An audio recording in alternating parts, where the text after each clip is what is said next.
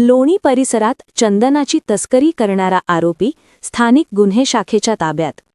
आरोपीकडून 5,70,000 किमतीचा मुद्देमाल जप्त. अहिल्यानगर जिल्ह्यात अवैध चंदन वाहतूक व विक्री करणाऱ्यांविरोधात कारवाई करण्याचे आदेश पोलीस अधीक्षक सोमनाथ घारगे यांनी दिल्यानुसार स्थानिक गुन्हे शाखेने धडक कारवाई करत चंदन तस्करी करणाऱ्या एका आरोपीस ताब्यात घेतले आहे. त्याच्याकडून एकूण 5,70,000 रुपये किमतीचा मुद्देमाल जप्त करण्यात आला आहे.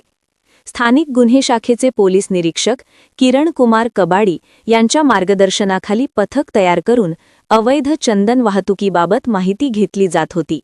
दिनांक 18 डिसेंबर 2025 रोजी लोणी पोलीस ठाणे हद्दीत नाशिक येथून चंदनाची लाकडे विक्रीसाठी श्रीरामपूरकडे येत असल्याची खात्रीशीर माहिती मिळाल्यानंतर तळेगाव लोणी रोडवर सापळा रचण्यात आला.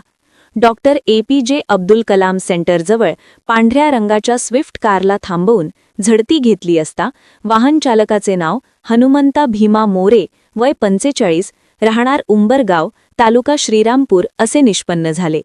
त्याच्या ताब्यातून 30 किलो चंदनाची लाकडे, 60,000 रुपये व Maruti Suzuki Swift car 5 lakh रुपये व मोबाईल 10,000 रुपये असा एकूण 5,70,000 रुपये किमतीचा मुद्देमाल जप्त करण्यात आला. चौकशीत सदर चंदनाची लाकडे उत्तम नारायण पवार, राहणार पळसे, तालुका सिन्नर, फरार आरोपी याच्याकडून आणल्याची कबुली आरोपीने दिली आहे. या प्रकरणी लोणी पोलीस ठाण्यात गुन्हा रजिस्टर नंबर 659/2025 अन्वये BNS 2023 व भारतीय वन कायदा तसेच महाराष्ट्र वन अधिनियमातील संबंधित कलमान्वये गुन्हा दाखल करण्यात आला असून पुढील तपास लोणी पोलीस ठाणे करीत आहे.